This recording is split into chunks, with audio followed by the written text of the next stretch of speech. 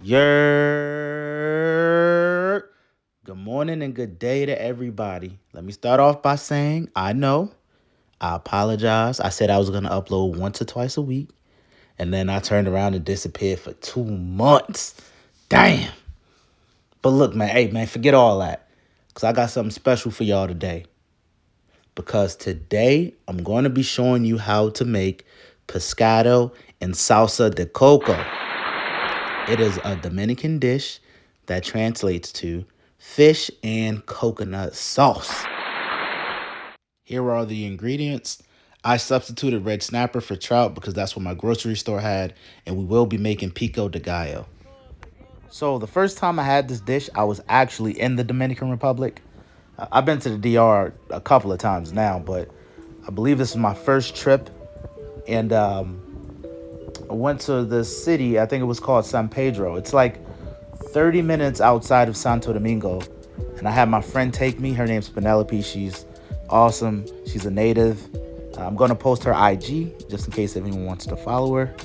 You know, hit her up for any information about the DR. If you guys can travel to the DR, go. Like, you literally missing out every minute you're not there. Get your passport. Just a little bit of information about the restaurant, although I don't remember the name. I remember they have indoor and outdoor dining. The indoor is just as nice. We chose to dine outside to be next to the water so we can get that ocean view. It was a little windy that day, but the scenery was still nice. And they had a ramp on the side of the pier where you can jump in the water and swim. I've never seen anything like that. All right, so let's get to it. First, we're going to start by making our pico de gallo. So you need celery, green peppers, red peppers, orange peppers, a lime, celery, white onion, red onion, and cilantro, and garlic. So the color of your pico de gallo depends on the amount of the color of the vegetable that you're going to be using. So if I wanted mine to be green, I'd use more green. If I wanted it to be red, I'd use more red.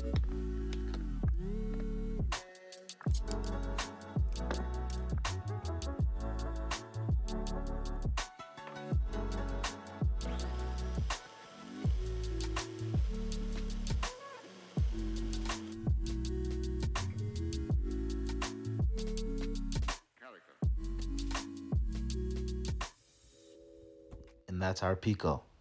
Now we're going to get started with the base for the coconut sauce. I'm going to fill the bottom of my pot with olive oil. I'm going to go in with crushed garlic, my pico, tomato paste, crushed bouillon cube, chicken bouillon cube. But I recommend the bouillon powder so you won't have to sit there and crush the cube. Now I'm going to go in with shrimp and mussels and garlic butter sauce, you know, just to add another layer of flavor. I'm going to cook these about halfway, and then I'm going to take them off and put them into a plate and put it in the fridge. I did that off camera. Now I'm going to go in with all my ingredients that I just used, my tomato paste, my crushed garlic, my pico, another bouillon cube, a crushed bouillon cube. And you're going to see in a minute why I recommend the powder. Now I'm going to add organic coconut milk. By the way, my stovetop is on a medium heat or medium low. Whisk everything together until smooth. So you see the dark spots in the middle? That's from the cube. Add in a packet of Sazon. Is it Sazon or Sazon? We always say Sazon in my house. You want the sauce to cook a little bit longer until it thickens up. Once it thickens, you're going to take a ladle. You're going to scoop some of that sauce out of the pot into a bowl or a cup. I did that off camera. That is an important step. Before you add water, you're going to scoop some of the sauce out of the pot. Then I took my coconut can, I added water because I'm going to cook my white rice into this mixture.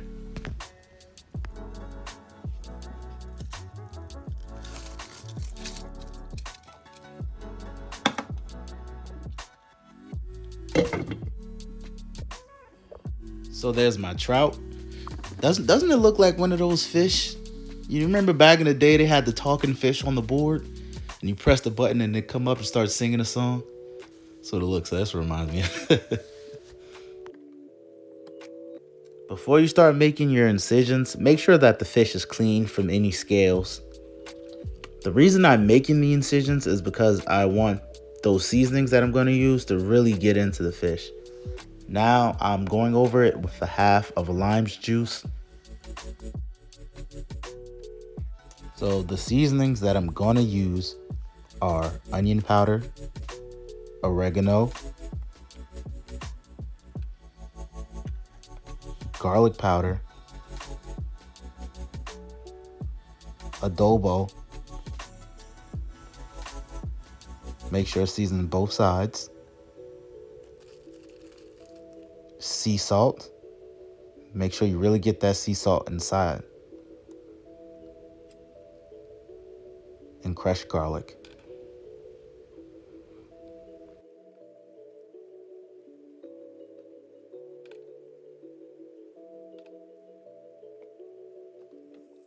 Oh, and can't forget the black pepper, of course.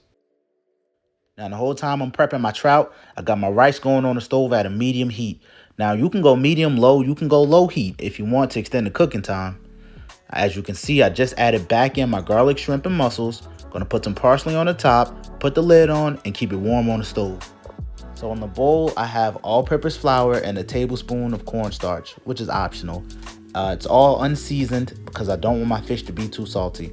And as you can see, I'm really getting that flour into the crevices of the fish because I want my whole fish to be nice and crispy.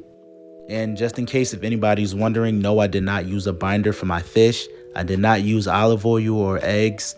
But if you like your fish to be flaky, I recommend separating the egg yolk and beating the egg white and using that for a binder. I have my peanut oil hot and ready in my wok. Y'all hear that? That's how you know it's ready. 20 minutes. 10 minutes on one side, flip it over 10 minutes on the other side, and you're done. Only thing that's left to do now is put it on the plate and add my sauce. And just like that, dinner is served. Only thing that's left to do now is top it off with your sauce. But wait. I just feel like I'm forgetting something. Yeah.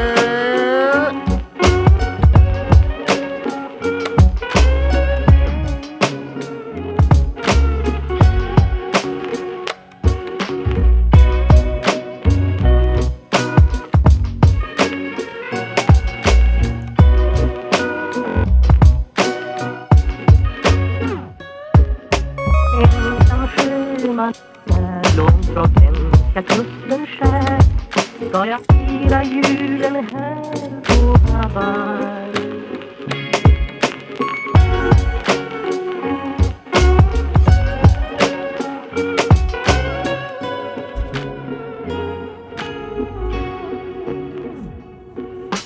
Ensam sjöman är långt från svenska kusten skär ska jag fira julen här på Hawaii.